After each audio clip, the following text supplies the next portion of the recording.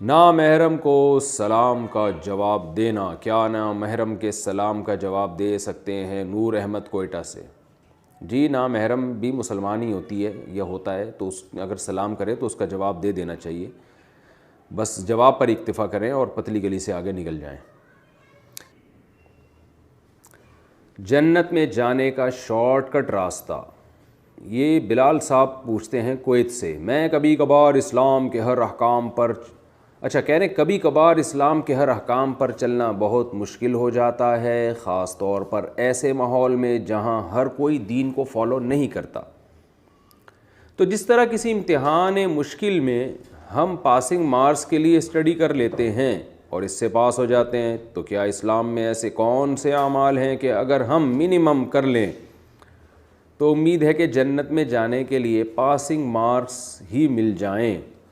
بلال صاحب کویت سے۔ جناب بلال صاحب بڑا ٹیکنیکل قسم کا سوال پوچھا آپ نے آخرت کے امتحان کو دنیا کے امتحان پہ قیاس کر لیا، اور دنیا کے امتحان میں جیسے 40% یا 33% نمبر پاسنگ مارکس ہوتے ہیں، اور کچھ 2-4 نمبر غریبی میں ٹیچر اپنی طرف سے بھی ڈال دیتا ہے، کچھ ابا اماں کی دعاؤں میں بھی 4-5 نمبر ہو جاتے ہیں، تو اس طرح آپ دھکا لگ جاتا ہے۔ تو دیکھیں آخرت کے امتحان میں یہ خوب ذہن میں رکھیں کہ جو نمبر ہے نا وہ کاؤنٹ نہیں ہوں گے، وہ تولے جائیں گے۔ یہ بہت ٹیکنیکل فرق ہے دنیا اور آخرت کے امتحان میں۔ اگر کاؤنٹنگ کا حساب ہوتا اور اللہ تعالیٰ فرماتے کہ جس کے نیکی کے نمبر زیادہ ہو گئے اور گناہ کے نمبر کم ہو گئے تو وہ جنت میں جائے گا، تو ہم یہ کہتے کہ بھائی 51% اگر نمبر آپ کے ہو گئے ہیں نیکیوں کے اور گناہ کے 49 ہیں تو آپ جنت میں جائیں گے۔ تو پھر ہم کہتے ہیں کہ نیکی اور گناہ دونوں کو آپ پلس مائنس کر لیا کریں، آپ گناہ زیادہ کر رہے ہیں، نیکیاں زیادہ کر رہے ہیں، تو نیکیاں زیادہ کر رہے ہیں تو جنت میں جائیں گے، تھوڑے بہت گناہ بھی کرتے رہتے پھر کوئی مسئلہ نہ ہوتا۔ لیکن مسئلہ وہاں پر یہ ہے کہ اعمال جائیں گے تولے، یعنی ترازو میں رکھے جائیں گے، ادھر نیکیاں آئیں گی سیدھے ہاتھ پر اور الٹے ہاتھ پہ گناہ ترازو میں۔ تو بعض دفعہ یہ ہوتا ہے کہ ایک نیکی ایسی تگڑی ہوتی ہے، وہ اتنی وزنی ہوتی ہے کہ سارے گناہوں کو کھا جاتی ہے، اور بعض دفعہ ایک گناہ ایسا ہوتا ہے، وہ گناہ تو ایک ہے، وہ آپ نے جب ترازو میں رکھا تو وہ ساری نیکیوں کو ہڑپ کر گیا، وہ اتنا وزنی ہو جاتا ہے۔ جیسے حدیث میں آتا ہے ایک فاحشہ عورت نے کتے کو پانی پلایا، ایک برے آدمی نے پیاسے کتے کو پانی پلایا، وہ نیکی اتنی وزنی لگی اللہ تعالیٰ کی نظر میں اس کے اخلاص کی وجہ سے کہ وہ ساری برائیوں کو کھا گئی وہ۔ لیکن بعض دفعہ الٹا بھی ہو جاتا ہے کہ ایک نیک عورت نے بلی کو باندھ لیا اور بھوکا پیاسا مار دیا، تو وہ جرم اتنا وزنی ہو گیا جس کی وجہ سے اس کی ساری نیکیوں پہ وہ غالب آ گیا، تو وہ جہنم میں چلی گئی۔ تو اب ہمیں نہیں پتہ کون سی نیکی کا وزن بہت زیادہ ہے، کون سے گناہ کا وزن بہت زیادہ ہے، تو ہم نے ہر گناہ سے بچنا ہے اور اپنے اعمال میں زیادہ سے زیادہ نیکیوں کو ہم نے جمع کرنا ہے، کسی نیکی کو ہم نے حقیر نہیں سمجھنا۔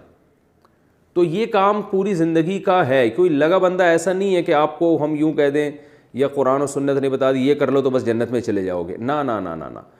آپ نے اصول اور ضابطہ جو قرآن نے بتایا ہے وہ یہ ہے، ان تجتنبوا کبائر ما تنہون عنہ نکفر عنکم سیئاتکم، اللہ فرماتے ہیں جن کبیرہ گناہوں سے ہم نے تمہیں بچنے کا حکم دیا ہے ان سے بچ جاؤ، بس صغیرہ اور چھوٹی موٹی خطائیں ہم معاف کر دیں گے۔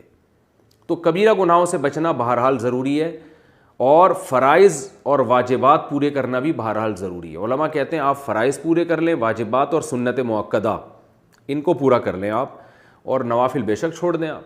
باقی نوافل اپنے اعمال میں آپ جمع کرتے رہیں تاکہ گناہوں کا پلڑا اگر بھاری ہونے لگا تو کچھ نوافل کام آ جائیں اور یہ نیکی کے پلڑے کو جھکا دیں تو بہت اچھی بات ہے۔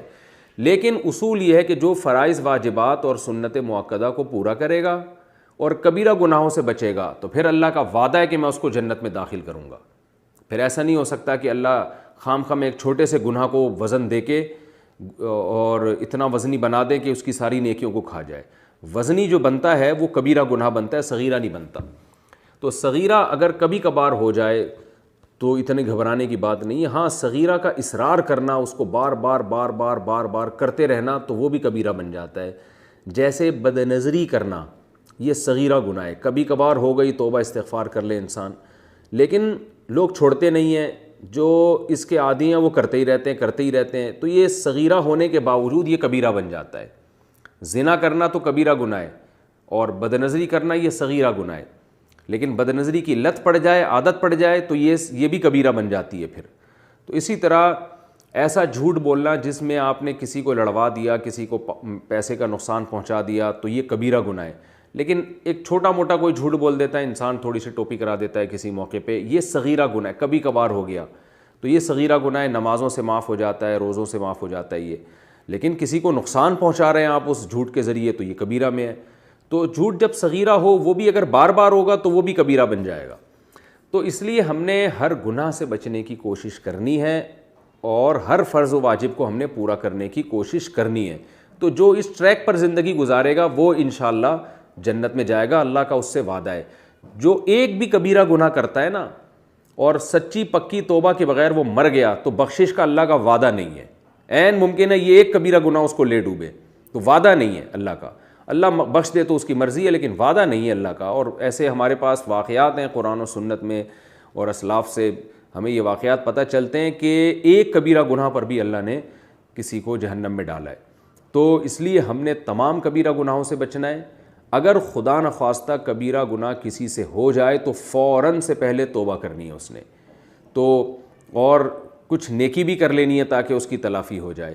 تو اس طرز پہ ہمیں پوری زندگی ہمیں گزارنی ہے اور اللہ سے ڈرنا ہے کہ پتہ نہیں میری نیکیاں زیادہ ہیں یا برائیاں زیادہ ہیں، مجھے نہیں معلوم۔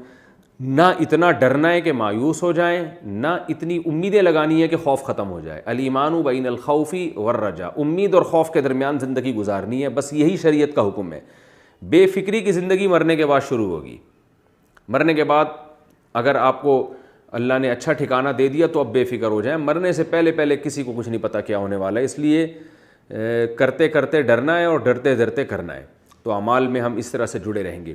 باقی احادیث میں اور کچھ طریقے ہیں کہ جن میں شارٹ کٹ طریقے سے ہم جنت میں جا سکتے ہیں، جیسے نبی صلی اللہ علیہ وسلم نے فرمایا الجہاد مختصر طریق الجنہ، جہاد جنت کا مختصر ترین ذریعہ ہے، راستہ ہے۔ تو چونکہ اس میں شہادت ملتی ہے، جیسے ایک صحابی رسول جو تھے پہلے غیر مسلموں کی صف میں تھے، انہوں نے نبی صلی اللہ علیہ وسلم سے آ کے پوچھا کہ میں ایمان لاؤں یا جہاد کروں؟ تو آپ نے فرمایا پہلے ایمان لے کر آؤ پھر اللہ کے راستے میں جہاد کرو۔ تو عین دشمن کی صف سے نکل کے آئے اور اسلام قبول کیا اور نبی کی صف میں شامل ہو گئے، لڑے اور شہید ہو گئے۔ تو آپ صلی اللہ علیہ وسلم نے فرمایا عامل قلیلا واجر کثیرا، انہوں نے عمل بہت تھوڑا کیا مگر اجر بہت پا لیا۔